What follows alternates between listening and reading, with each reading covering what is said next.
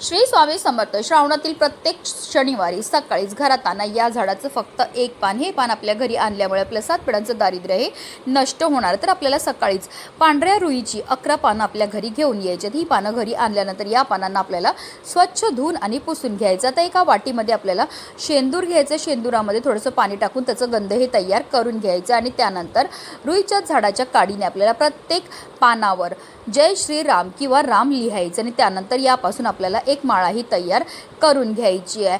आता ही माळा तसेच बजरंगबलीला प्रिय असणारे लाल फुलं, लाल मिठाई, त्याचबरोबर एक नारळ आणि शेंदूर घेऊन आपल्याला जायचं आपल्या जवळ असणाऱ्या बजरंगबलीच्या मंदिरामध्ये गेल्यावर आपल्याला या सर्व वस्तू बजरंगबलींना अर्पण करायच्या. तसेच जी माळा आपण अर्पण करणार ते आवर्जून आपल्याला आपल्या मनातली इच्छा ही बोलायची. मंदिरामध्ये बसूनच आपल्याला 3 किंवा 7 वेळा हनुमान चालीसाचं पठण करायचे. हात जोडून बजरंगबलींना आपल्या मनातली इच्छा ही बोलायची. श्री स्वामी समर्थ.